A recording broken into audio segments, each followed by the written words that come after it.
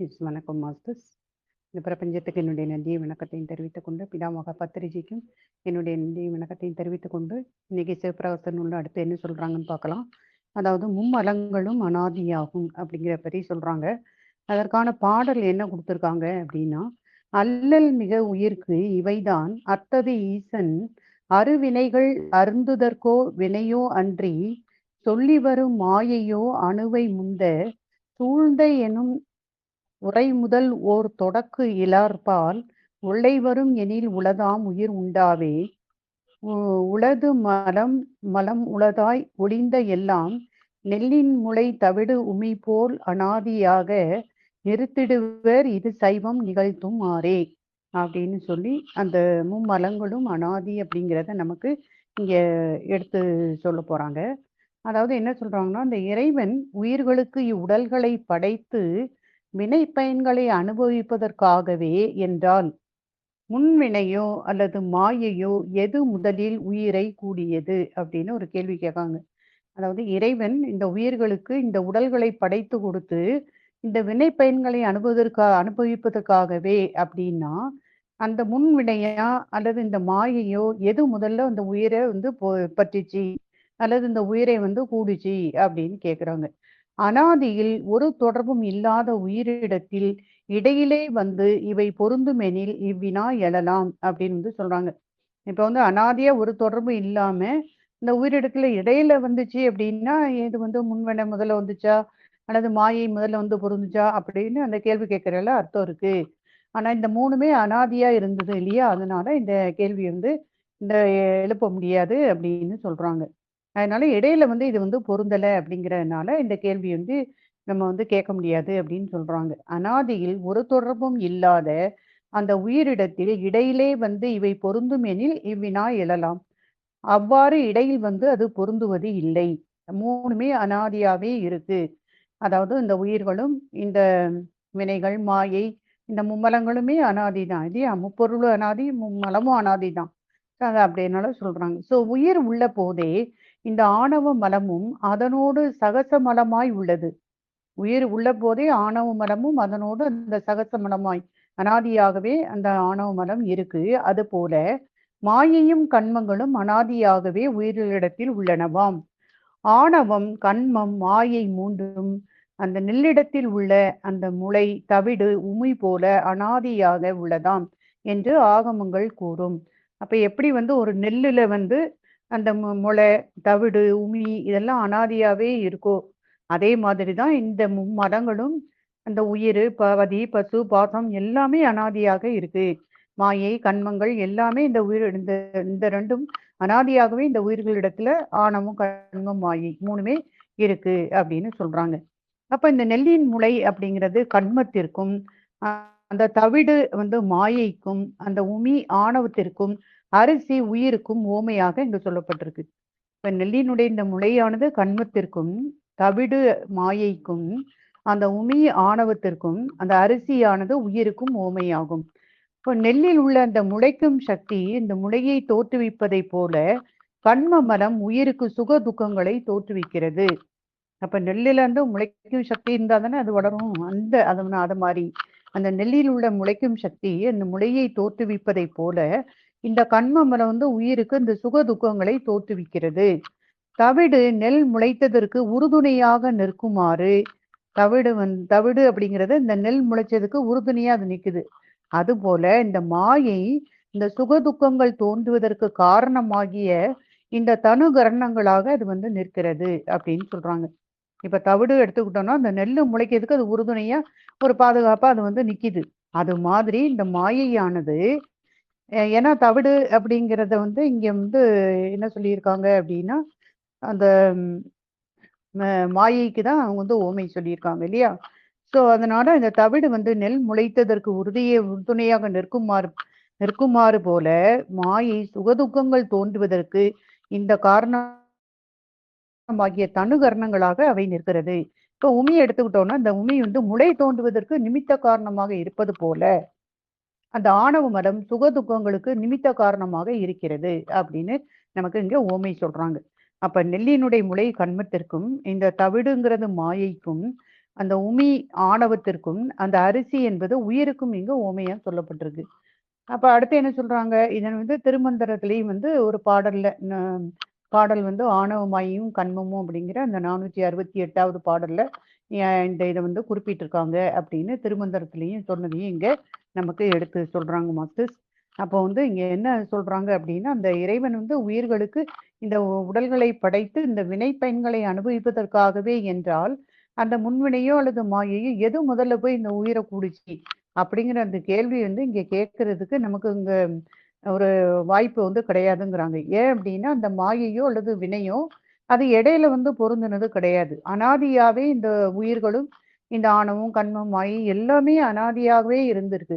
அதனால அடுத்து என்ன சொல்றாங்க? அதனால இந்த கேள்வி வந்து நம்ம எப்ப உயிரை கூடுச்சு? எது முதல்ல இந்த உயிரை வந்து சென்று கூடியது? அப்படிங்கிற அந்த கேள்வி வந்து இங்க எழ வந்து முடியாது அப்படின்னு சொல்றாங்க. ஸோ உயிர் உள்ள போதே ஆணவ மலமும் அதனோடு சகசமலமாய் உள்ளது. அதுபோல மாயையும் கன்மங்களும் அனாதியாகவே உயிர்களிடத்தில் உள்ளனவாம்.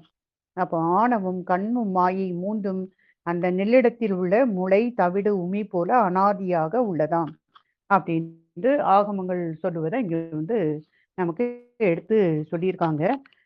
அடுத்து என்ன சொல்றாங்க அப்படின்னா, அடுத்து அதாவது இந்த உயிர்கள், அதாவது உடல்களை உயிர்களோடு இறைவன் வந்து பொருத்தியது நீக்குதற்கரிய இந்த துன்பத்தை தருகின்ற இருவினை பயன்களை நுகர்வதற்காக என்று ஆகிறது. இப்ப இந்த உடல்களை வந்து உயிர்களோடு இறைவன் வந்து இந்த உடல்களை உயிர்களோடு இறைவன் ஏன் எதுக்காக பொருத்தி இருக்காரு அப்படின்னா, இந்த நீக்குதற்கரிய இந்த துன்பத்தை தருகின்ற இருவினை பயன்களை நுகர்வதற்காக, அதுக்காகத்தான் அந்த உயிரை வந்து உடலோட பொருத்தியிருக்காரு இறைவன். காலத்தால் உயிரை முற்பட்டு பற்றி கொண்டது வினையோ அல்லது வினைகளுக்கு இடமாக சொல்லப்படும் மாயையோ என்ற ஒரு கேள்வி எழுகிறது. அக்கேள்விக்கு விடையாவது மாயையும் கண்மமும் கட்டற்ற உயிரை பற்றி கொள்ளவில்லை. தோற்றமில் காலம் தொட்டே உயிர் மூலமலம் எனப்படும் அந்த ஆணவ மலத்தால் கட்டுண்டு கிடக்கின்றது. அப்ப இதே கோஷ்டி நம்ம பார்த்தோம் இல்லையா, அந்த மாயையும் கண்மமும் இந்த கட்டற்ற உயிரை வந்து பற்றி கொள்ளல அப்படின்னு சொல்றாங்க. ஏன்னா ஆதியின் தொட்டே அல்லது தோற்றமில் காலம் தொட்டே இந்த உயிர் வந்து மூலமலம்ங்கிற அந்த ஆணவ மலத்தால் அது வந்து கட்டுண்டு கிடக்கிறது. இம்மூல மலம் உள்ளதனாலேயே மற்றைய இரு மலங்களும் நெல்லிலே உண்டான அந்த முளையும் தவிடும் உமியும் அந்த நெல்லும் நெல்லும் நெல்லுள்ள போதே அது தோன்றினார் போல அனாதியாக உள்ளன அப்படின்னு சொல்றாங்க. அதாவது ஆணவ மலம் அப்படிங்கிறது அதாவது என்ன சொல்றாங்க அப்படின்னா, தோற்றமில் காலந்தொட்டை அனாதியாகவே இந்த உயிர் மூலமலம் எனப்படும் அந்த ஆணவ மலத்தால கட்டுண்டு கிடக்குது. இம்மூல மலம் வந்து உள்ளதுனாலேயே, இந்த ஆணவ மலம் இருக்கிறதுனாலதான் மற்றைய மலங்களும் நெல்லிலே உண்டான அந்த முளையும் தவிடும் உமியும் அந்த நெல் உள்ள போதே அது வந்து தோன்றினார் போல இதுவும் அனாதியா இருக்கு அப்படின்னு சிவாகமங்கள் உணர்த்துறத இங்க வந்து முறையா சொல்லியிருக்காங்க. ஒரு நுட்பமான கேள்வி இங்கே எழுப்பி விடையிறுக்கப்படுகிறது. உயிர்களுக்கு உடலை தந்தது மாயை. அவ்வுடல்கள் பல்வேறு வகைப்பட்டு இருப்பதற்கு காரணம் அவ்வுயிர்களின் முன்னை வினை பயன்கள். அப்படியானால் உடல் முந்தி வந்ததா அல்லது வினை முந்தி வந்ததா? காலத்தால் முற்பட்டது வினை என்றால் உடல் இல்லாமல் உயிரால் வினை ஏற்ற முடியாது அப்படின்னு அடுத்த இங்க வந்து என்ன கேக்குறாங்க அப்படின்னா, இந்த உடல்கள் வந்து பல்வேறு முன்னாடி நம்ம பார்த்தோம். இந்த பலவிதமான அந்த உடம்பு வகைகள், அப்புறம் வந்து உயிரினங்கள் அப்படிலாம் நம்ம பார்த்தோம். அப்படி அந்த உடல்களானது பல்வேறு வகைப்பட்டு இருக்கிறதுக்கு என்ன காரணம்? அது வந்து அந்த உயிர்களுடைய முன்னை வினை பயன்கள், வினை பயன்கள்னு சொல்றாங்க. அப்படின்னா அந்த உடல் முந்தி வந்ததா அல்லது வினை முந்தி வந்ததா அப்படிங்கிற ஒரு கேள்வி வருது. அப்ப காலத்தால் முற்பட்டது வினை என்றால் உடல் இல்லாமல் உயிரால் வினை வந்து ஏற்ற முடியாது. காலத்தால் முந்தி வந்தது உடல் என்றால் அந்த உடலை பெற அந்த உயிர் என்ன வினை செய்தது? இக்கேள்வி வரம்பற்று ஓடுவது போல விடை தர இயலாதது போல தோன்றுகிறது என்பது உண்மை. ஆசிரியர் இந்த சைவ ஆகமங்களின் அடிப்படையில் இதற்கு நமக்கு விடை தருகிறார்.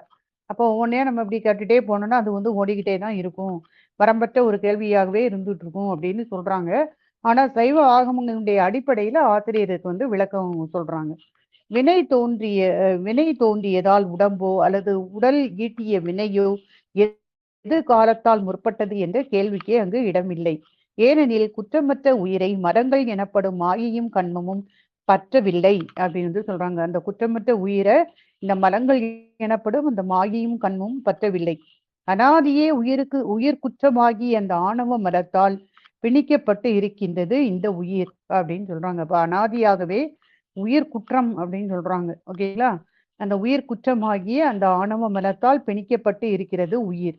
ஆணவமே மற்றை தொடக்குகளுக்கும் காரணமாகிறது. அப்ப இந்த ஆணவ மலம் தான் மற்ற தோன்றுவதற்கும் காரணம் ஆகுது. அதாவது உயிருள்ள பொழுதே ஆணவ மலமும் உள்ளது. அதன் விளைவே இந்த மாயை கண்மம் ஆகியன உயிரை பற்றுவதற்கு இடம் தருகிறது அப்படின்னு சொல்றாங்க. அப்ப அந்த ஆணவம் இருக்கிறதுனாலதான் மற்ற வகைகளுக்கும் காரணமா இது அமையுது அப்படின்னு சொல்றாங்க. அப்ப அந்த ஆணவத்தினுடைய விளைவுதான் இந்த மாயை கண்மம் ஆகியன இந்த உயிரை பற்றுவதற்கு இடம் தருகிறது. இதனை விளக்குவதற்கு நெல்மணியை ஓமை காட்டுகிறார் ஆசிரியர்.